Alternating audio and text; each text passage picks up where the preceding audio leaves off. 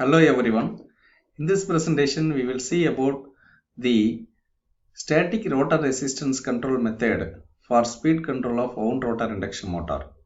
This method is also called as pulsed rotor resistance control method or rotor chopper control method. During our explanation we will see why it is called pulsed rotor resistance control method or rotor chopper control method.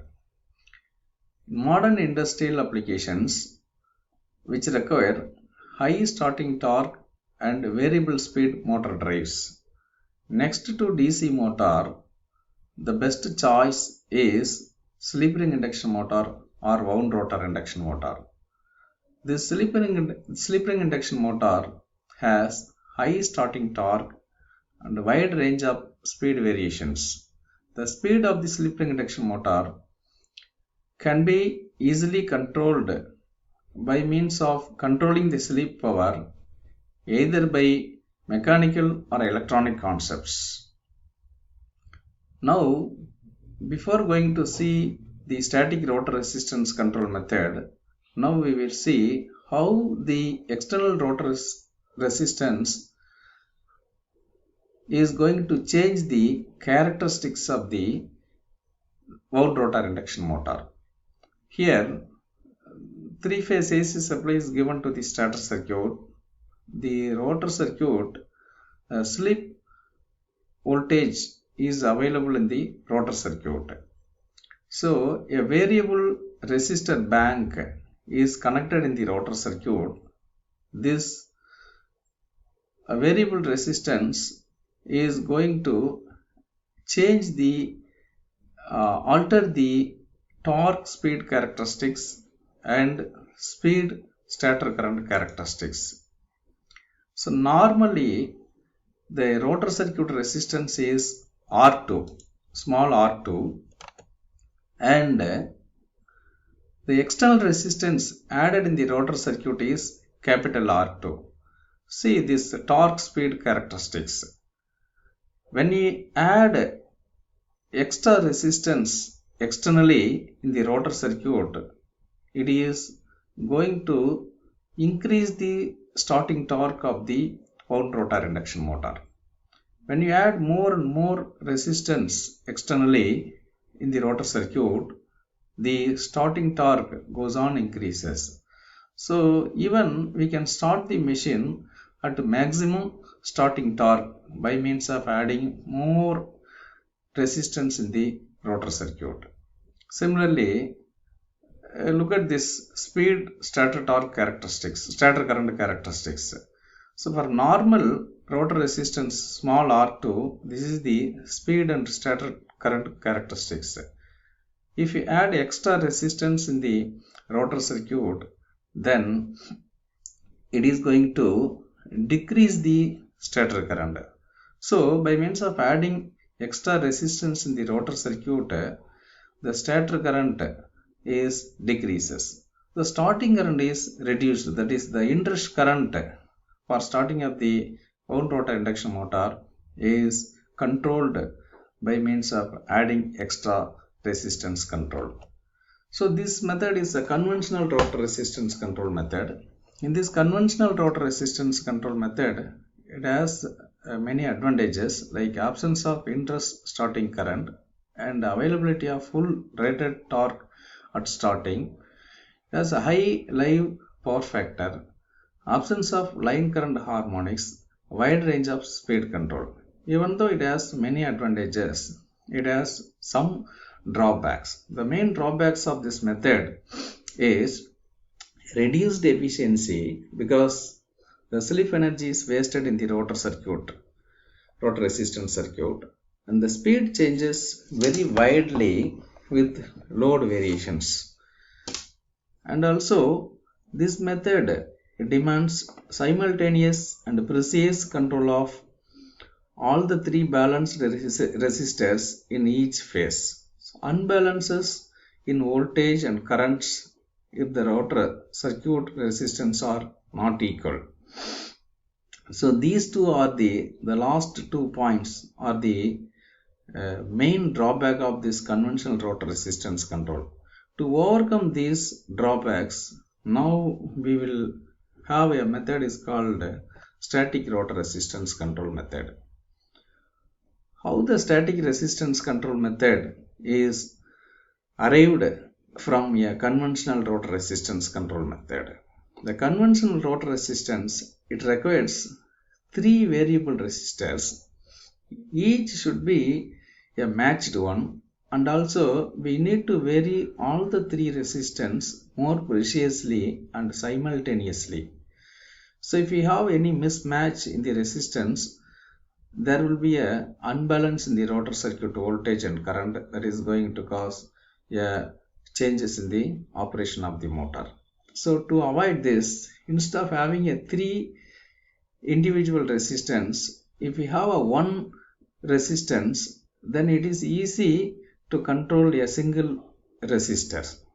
So single resistor cannot be connected in the 3-phase rotor circuit. So for connecting this single variable resistor, we need to convert the 3-phase AC voltage, that is slip voltage available in the rotor circuit, into a DC voltage, so that a 3-phase diode bridge rectifier is externally connected in the rotor circuit, and the rectified DC voltage is available in the diode bridge rectifier terminal.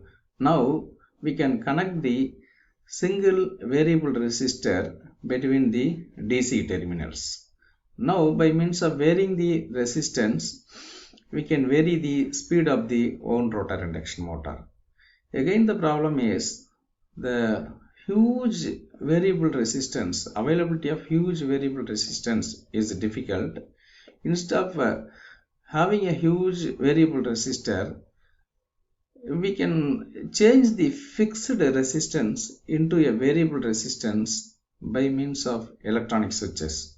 So here the resistor R, fixed resistor R, and a electronic switch, any power semiconductor switch which is connected in parallel to the resistor R, this combination is connected between the DC terminals. So by means of on and off of the power semiconductor switch, we can change the value of the resistance.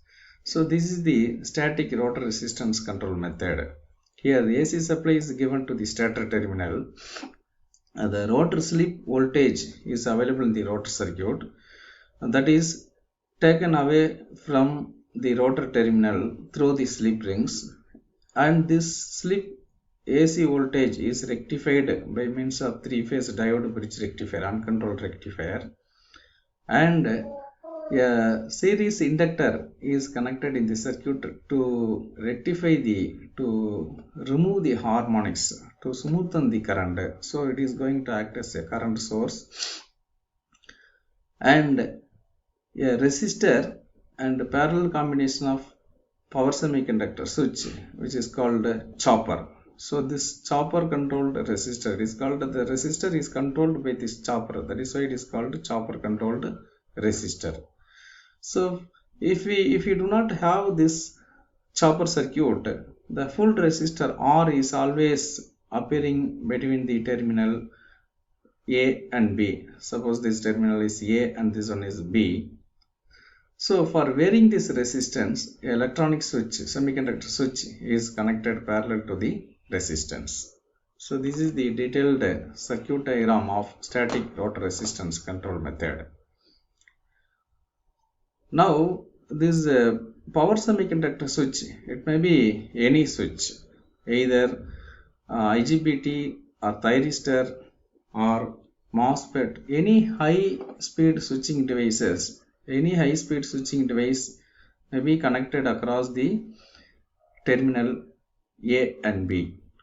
So when you switch it on, that is the chopper circuit is on condition, the terminal A and B is getting short circuited and the current ID flows through the chopper, that is switch. At the time the resistance R is 0. because the resistance is short circuited. No resistor is connected in the terminal. When the switch is in off condition, the current through the resistance R, the resistor is appearing across the terminal A and B.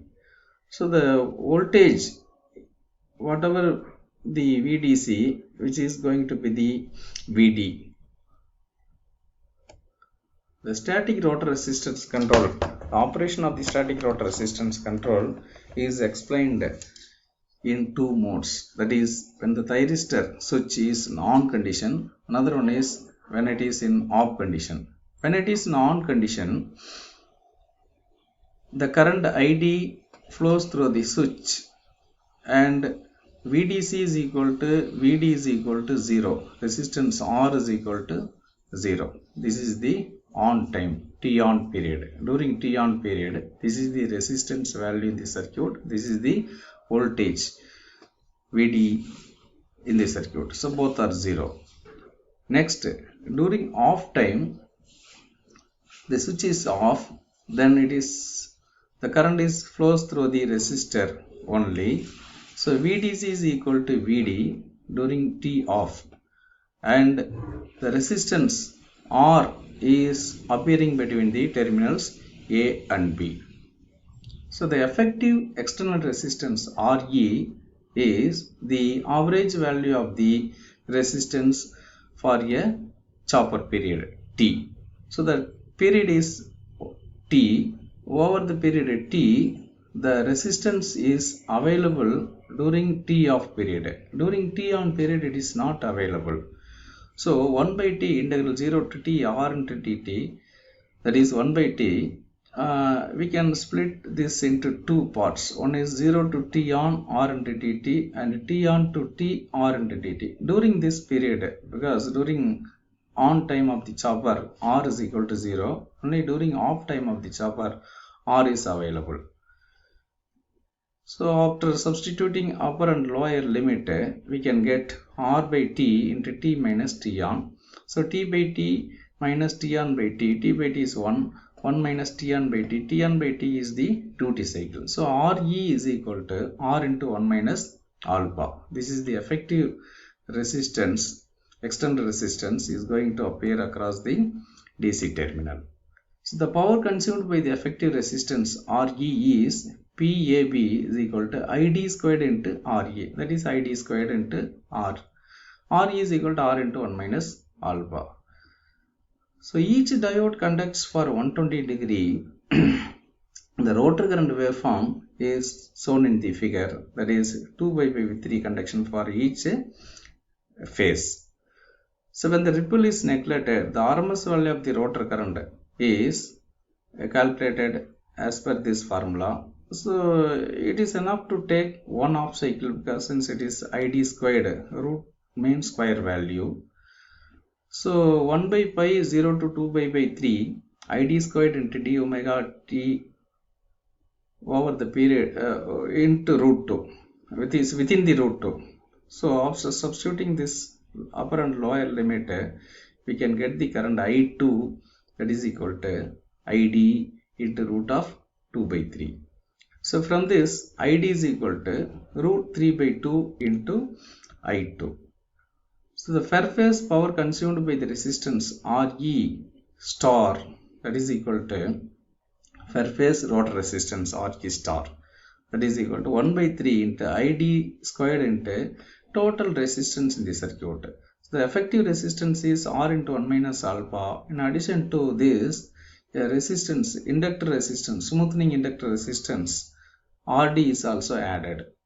So after substituting this ID value, which we have derived already in this circuit, now P in this equation, now P is equal to this, that is 0.5 into RD plus 1 minus alpha into R. So this value is the effective value of resistance per phase of the rotor circuit.